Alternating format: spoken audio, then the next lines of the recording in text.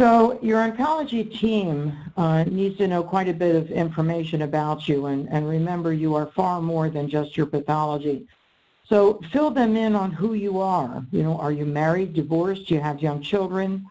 Does your mother live with you, has been diagnosed with Alzheimer's disease? Maybe you're a fifth grade school teacher.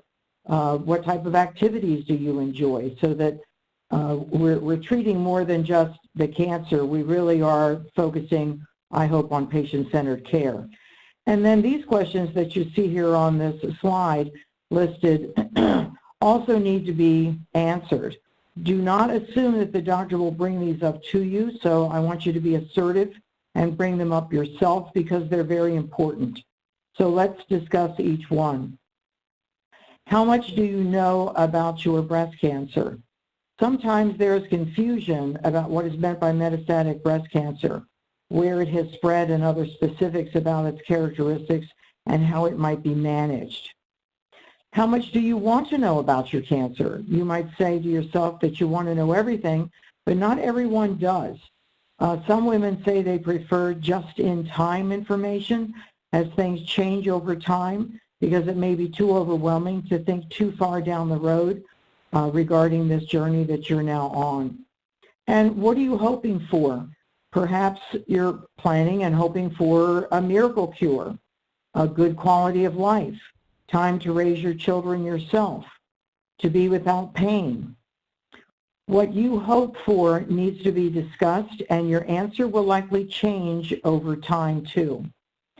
So what are you most worried about? And rarely does a woman with stage 4 breast cancer say that she is worried about death, but instead worries about the dying process, especially pain and suffering.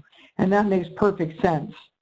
Hopefully this is something far in the future, but it is good to know that with effective palliative care, while you are receiving your treatment, and yes, that's right, it is not just for end of life as many assume, you will have good quality of life because your symptoms will be well managed, which is what palliative care is actually all about.